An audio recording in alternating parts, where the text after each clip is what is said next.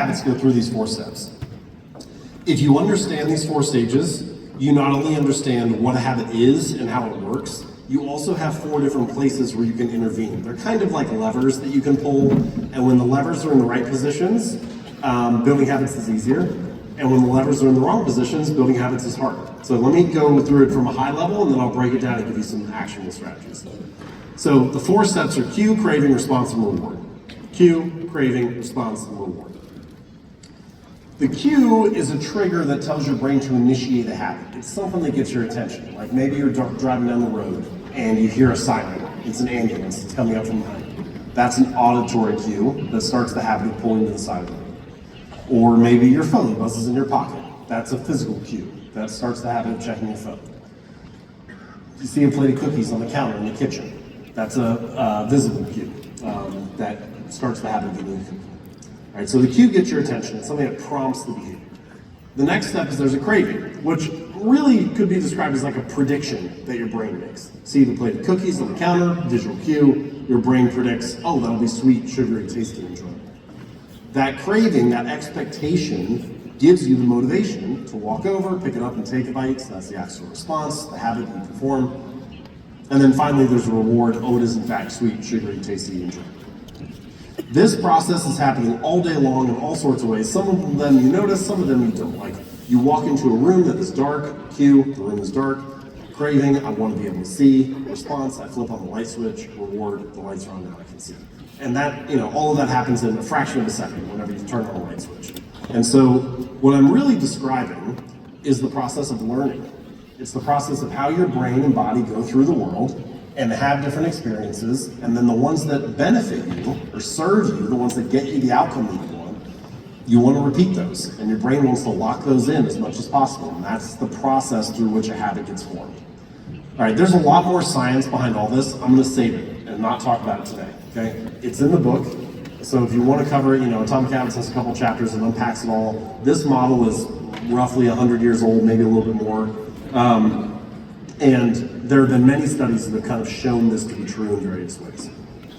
What I care about, or what I want to do today, is say, how do we take the scientific backbone that kind of drives all of human behavior, and how do I translate it into something actionable that I can use in daily life and work to get better results, to build better habits? And so I've come up with what I call the 4 laws of behavior change. All right, so there's one for each step, so here they are. The first law is to make it obvious.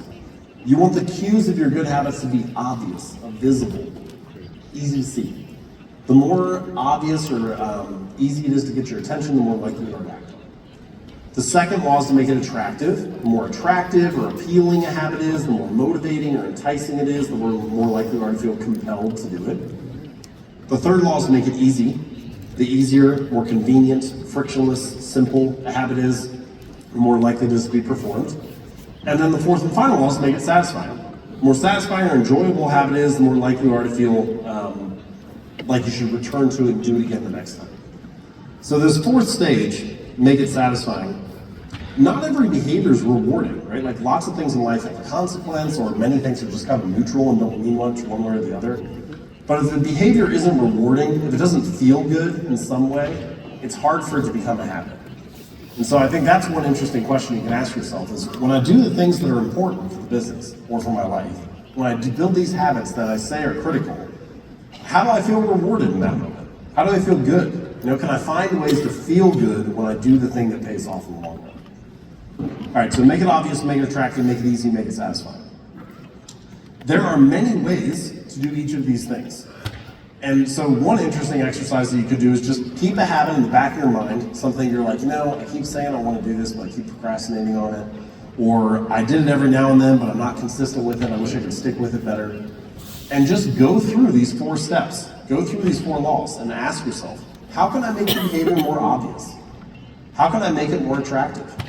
How can I make this easier? How can I make it more satisfying?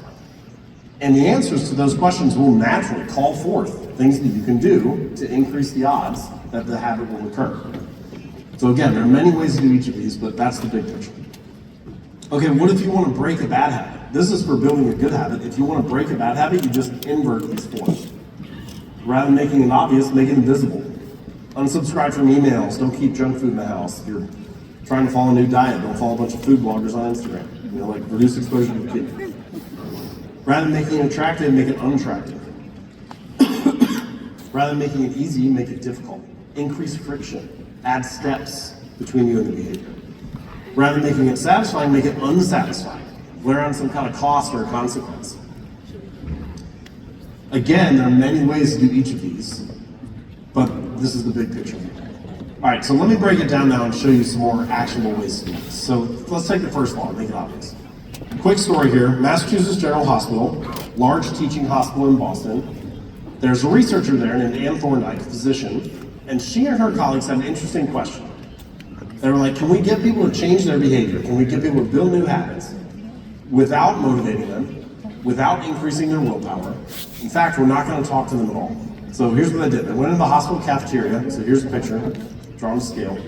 We've got these gold shaded boxes here. Okay, those are different refrigerators that have Coke and soda and juice. Okay.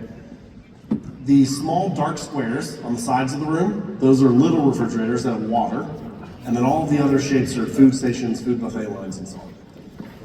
Now what the researchers did was they went into the cafeteria and they added water to the main refrigerators. There's still Coke and soda and juice, but they added water.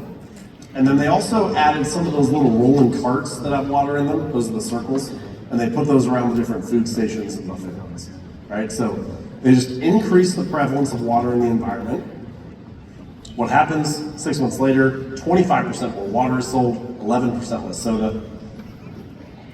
I refer to these studies as like environment design studies because they're reshaping and redesigning how the environment is laid out. And I always think it's interesting. It's like, if you went up to somebody in that cafeteria and said, hey, why'd you get a water? Like, what are you talking about? Like, this is what I wanted to drink. Like, why'd you buy a Coke? Like, I don't know, this is what I felt like having. But the truth is, some percentage of them chose that option just because of how it was presented to them. And this is one of the most overlooked drivers of your habits and behavior, which is the shape of your physical environment. The things on your desk in your office, the way your living room's laid out, the items on the kitchen counter at home, the rooms where you spend most of your time each day shape the choices that you make. I think one interesting thing you can do is hold a habit in the back of your mind that you're focused on, and then walk into the rooms where you spend most of your time, and look around and ask yourself, what is this space designed to encourage? What behaviors are obvious here? What behaviors are easy here? And how can I take the thing that is the important habit, the good habit, and make it the path of least resistance? How can I make it the obvious choice in this room? If you want an example of this, like walk into any living room. Like people feel like they watch too much TV, but where do all the couches and chairs face? It's like, what is this room designed to get you to do? I had one reader who, he would go to his guitar lesson each week, come home, put the guitar in the guitar case and set it in the closet, forget to practice all week, go back and his instructor would say, you're not practicing at home. And so he bought a guitar stand, put it on in the middle of the floor in the living room, and set his guitar there when he got done each week. Now he passes it 30 times a day. He's much more likely to pick it up and play for 5 minutes. So how can you make the good habit the obvious choice? If you want a habit to be a big part of your life, make the cue a big part of your environment. We all have these things that we say are important to us, but then you look around and it's not what our environments are optimized for. All right, second law, make it attractive. Let's say you go to bed tonight and you're like, all right, I listened to this guy talk about habits today, so tomorrow's gonna be the day. I'm gonna wake up and I'm gonna go for a run. So you set your alarm, say it's like 6 a.m., and 6 rolls around, your bed is warm, you were out late tonight. Not press snooze, I can do it tomorrow. But if you rewind the clock, come back to today, and you were like, hey, let me text a friend, and be like, can we meet at the park at 6:15 to go for a run? Well, now 6 a.m. rolls around, and your bed is still warm, but if you don't get up and go for a run, you're a jerk because you leave a friend at the park all night. You haven't changed how hard the run is, right? The run is still just as annoying as it was going to be before. But you have changed the calculus going on in your mind about whether you want to do it or not. And this is a strategy that scientists would call a commitment device. Commitment device is any time you make a choice in the present, hey, let me text my friend, that locks in your behavior for the future. Okay, now I have to get up and go for a run. And they're really good for short-term motivation. They're good for like getting you going today, this week. There's a number of examples of them in the book.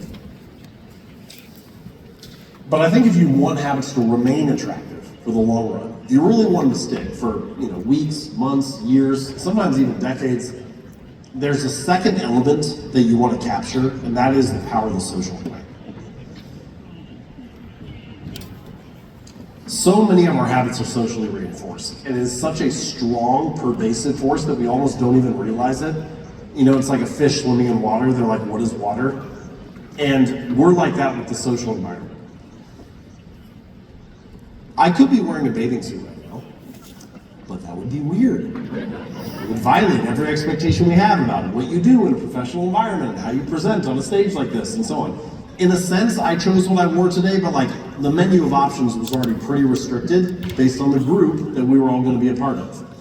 And everything that you do throughout life is like that. We are all part of multiple groups. Some of them are large, like what it means to attend this event. Some of them are small, like what it means to be a neighbor on your street, or a member of the local CrossFit gym, or a volunteer at the elementary school, or whatever. And all of those groups, large and small, have a set of expectations for how you act, and what you do, and what is normal. They have a set of social norms. And when the habits of the groups that you belong to are the habits you want to build, it's easier to do it. And when they're the habits that you don't want to build, it becomes harder. And so a huge lever for getting your habits to stick is you want to join groups where your desired behavior is normal. If it's normal in that group, it's going to be really compelling for you to stick to it. One of the best things that I ever did for my career, so I started out, I had nobody in my family who was an entrepreneur, and nobody in my family who was an author. And I started putting together a couple years, like maybe 2 years in, I started putting together these author retreats. I hadn't even written a book yet, but I tried to get other authors together. I said, hey, let's get 6 or 8 people, we'll